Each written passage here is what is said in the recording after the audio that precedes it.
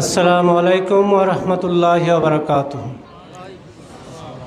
আলহামদুলিল্লাহি রাব্বিল আলামিন ওয়াসসালাতু ওয়াসসালামু আলা রাসূলিহিল কারীম ওয়া আলা আলিহি ওয়া সাহবিহি আজমাইন।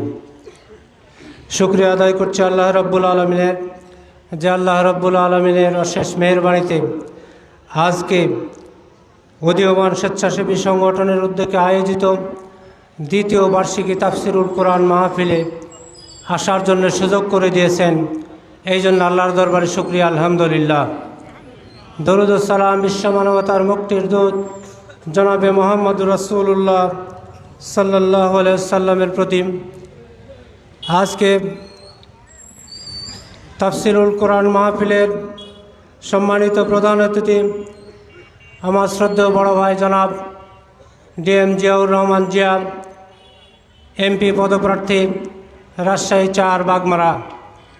মঞ্চে উপস্থিত মাস্টার কামরুজ্জামান হারুন, সংগ্রামী আমির বাংলাদেশ জামাত ইসলামী বাগমারা উপজেলা শাখা, অধ্যাপক ওহিদুল ইসলাম, সংগ্রামী সেক্রেটারি বাংলাদেশ জামাত ইসলামী বাগমারা উপজেলা শাখা, এবং পরিচালনায় আমাদের শ্রদ্ধেয় ভাই সার্বিক তত্ত্বাবধানে জনাব হাফেজ বাবুল হুসাইন, আমির বাংলাদেশ জামাত ইসলামী ১ নম্বর গোবিন্দপাড়া ইউনিয়ন সহ মঞ্চে উপস্থিত অন্যান্য দায়িত্বশীলবৃন্দ, সামনে উপস্থিত অত্র এলাকার আমার প্রাণপ্রিয় তৌহিদি জনতা এবং পর্দার আড়ালের সম্মানিতা মা ও বোনেরা, সবাইকে আমার পক্ষ থেকে আন্তরিক মোবারকবাদ, সালাম, শুভেচ্ছা।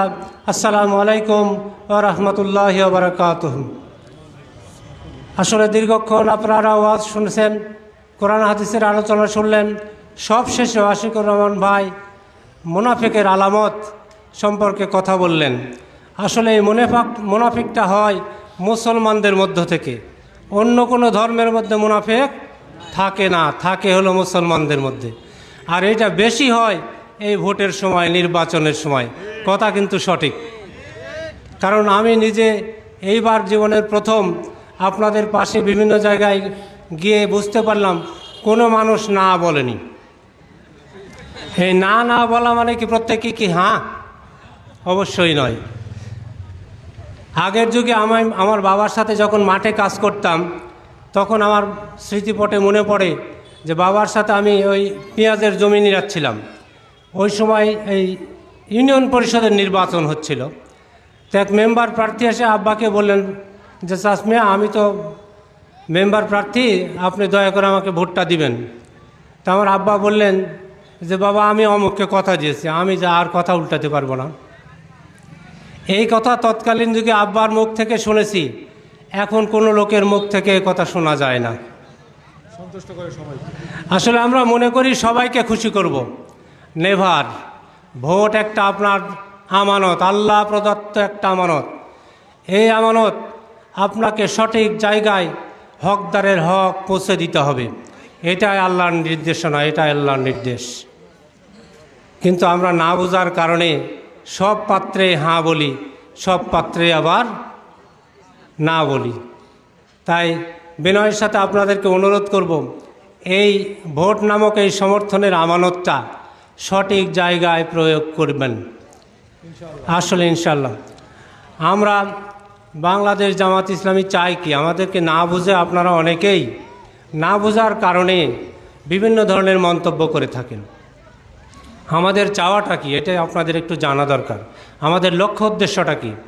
আমাদের লক্ষ্য উদ্দেশ্য হচ্ছে ন্যায় ও ইনসাফ ভিত্তিক সমাজ প্রতিষ্ঠা করে মহান আল্লাহ তাআলার সন্তুষ্টি অর্জন। এটাই আমাদের লক্ষ্য এবং উদ্দেশ্য। আর আমরা কি চাই? আমরা চাই একটা সুবিচারপূর্ণ সমাজ প্রতিষ্ঠা করে সেই সমাজ থেকে সকল প্রকার দুর্নীতি, অপকর্ম, অনাচার, অবিচার এবং জুলুমের অবসান ঘটানো। বাংলাদেশ নয়, শুধু বাংলাদেশ নয়, বাংলাদেশ সহ সারা বিশ্বে শান্তি প্রতিষ্ঠা এবং মানব জাতির কল্যাণের জন্যে ব্যক্তি জীবন, সামাজিক জীবন এবং রাষ্ট্রকে কোরআনের আলোয় আলোকিত করতে চাই। এটাই কিন্তু আমাদের চাওয়া। এই চাওয়াটা কি খুব বড় অপরাধ মনে হচ্ছে আপনাদের কাছে? সত্যিকার অর্থে ভাইরা, এই দেশ স্বাধীন হয়ে আজ 54 বছর অতিক্রম হতে চলেছে।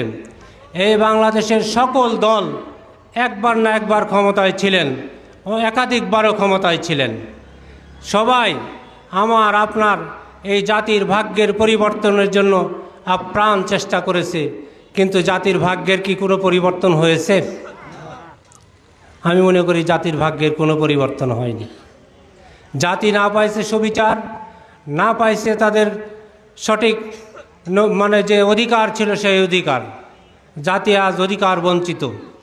আসলে এই দীর্ঘ 54 বছরে কেন জাতির ভাগ্যের পরিবর্তন হলো না, এটা কিন্তু একটু ভাবার বিষয়। এর দুইটা কারণ আমি মনে করি। একটা কারণ, আমরা যারা এই দেশের নাগরিক, এই বাগমারার যারা আমরা ভোটার নাগরিক, তারা সৎ, যোগ্য, আমানতদার, দেশপ্রেমিক নেতৃত্ব বেছে নিতে ভুল করেছি। আমরা অপাত্রে কন্যাদান করেছি।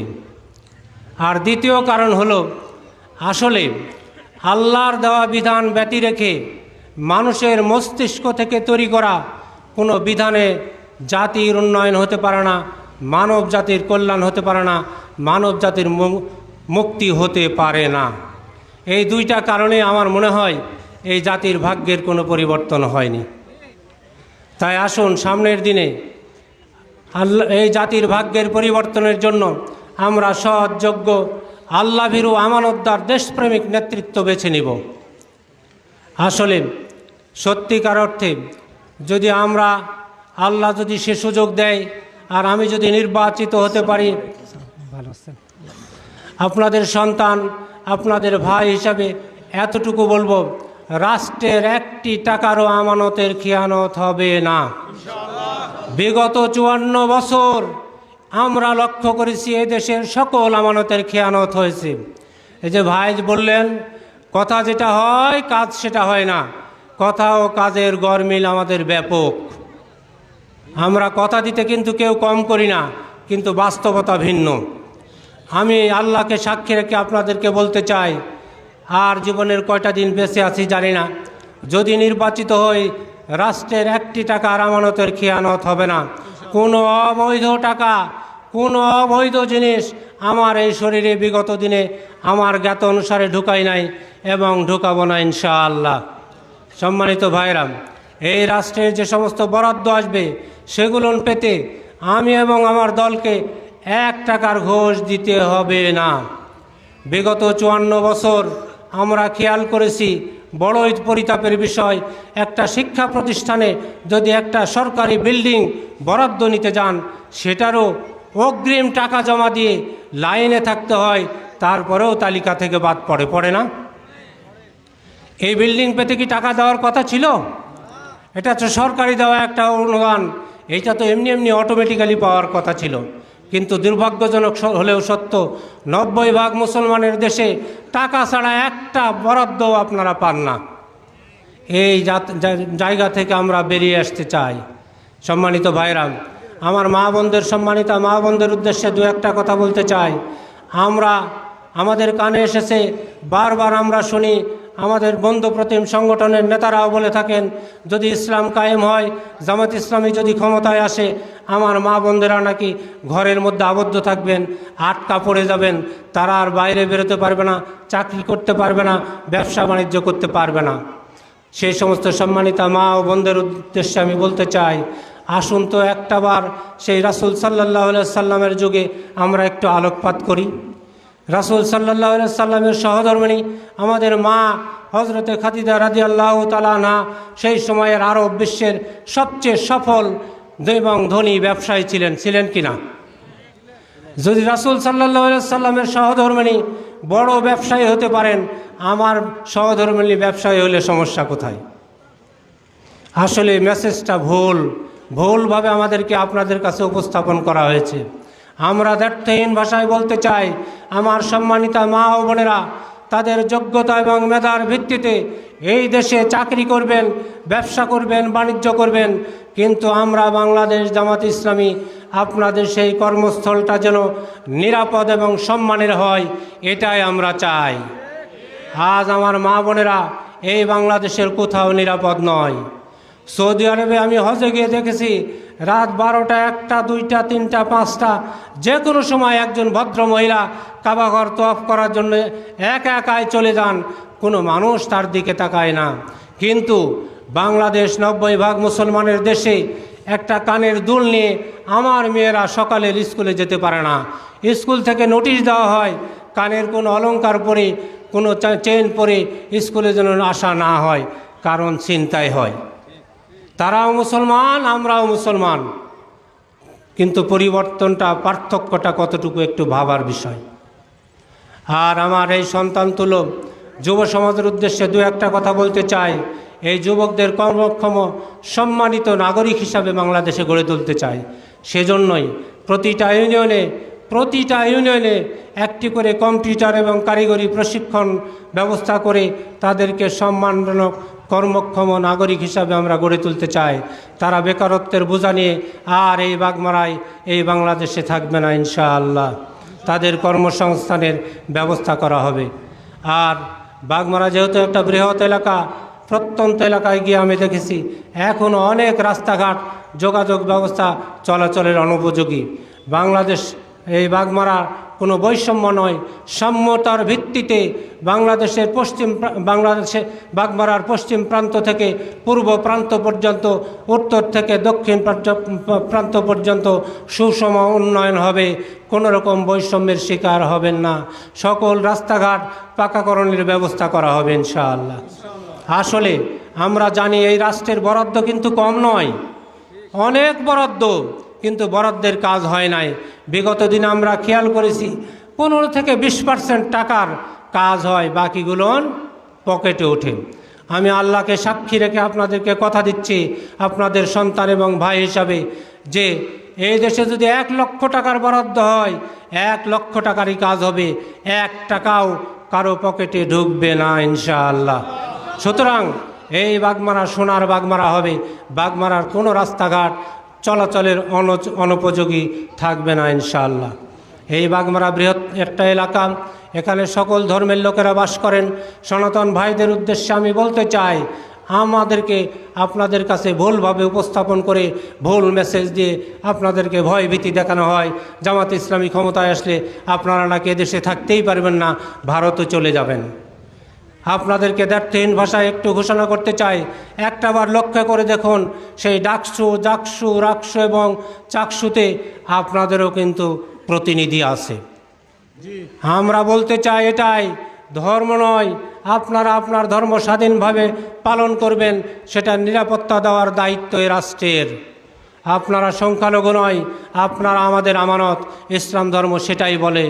একজন ছোট্ট শিশু তার মায়ের কোলে যেভাবে শান্তিতে থাকে, নিরাপদে থাকে, আপনারাও এই বাংলাদেশে সম্মানিত নাগরিক হিসাবে নিরাপদে থাকবেন ইনশাআল্লাহ। সম্মানিত ভাইরা, তাই আসুন, হিংসা, প্রতিহিংসা এবং প্রতিশোধের রাজনীতি এই বাগমারা থেকে চিরতরে বন্ধ হবে ইনশাআল্লাহ। আমার কথায় আমি বলতে চাই, দল করার অধিকার আমার আপনার সবার আছে। আদর্শিক পার্থক্য আমার আপনার মধ্যে থাকতেই পারে, পছন্দের হেরফের হতেই পারে, কিন্তু দিন শেষে আমরা মানুষ, মানবিক আচরণ চাই। সকল দল আপনি করতে পারেন, আপনার ইচ্ছামতো আপনি দল করবেন, কিন্তু অপরাধ করার অধিকার কারো নেই। কথা ঠিক কিনা? বিগত দিনে যারা ক্ষমতায় ছিলেন তারা শুধু অপরাধ করেছে, বর্তমানে অপরাধ হচ্ছে না। আমরা যারা বিগত দিনে অপরাধ করছেন তারা, এবং এখন যারা অপরাধের সাথে জড়িত, দখলদারিত্ব, চাঁদাবাজি, টেম্পোবাজ, এই সেই যে অপরাধগুলো রাষ্ট্রে হচ্ছে, এই বাগমারায় হচ্ছে, তারাও আমার ভাই। তাদের প্রতি বিনয়ের সাথে দরদ ভরা মন নিয়ে উদাত্ত আহ্বান জানাতে চাই, আসুন, সকল অপরাধ থেকে ফিরে আসুন। আমরা নিরাপরাধ একটা সম্প্রীতির বৈষম্যহীন বাগমারা গড়ি। এই উদাত্ত আহ্বান রেখে আপনাদের সকলের সুস্বাস্থ্য দীর্ঘায়ু কামনা করে, আজকের এই মাহফিলের সফলতা কামনা করে, সর্বোপরি আল্লাহর জমিনে আল্লাহর দিন বিজয়ের জন্য আল্লাহর সাহায্য কামনা করে আমার কথা শেষ করছি। ও আখির দাওয়ানা আনিল হামদুলিল্লাহি রাব্বিল আলামিন। আসসালামু আলাইকুম ওয়া রাহমাতুল্লাহি ওয়া বারাকাতুহু।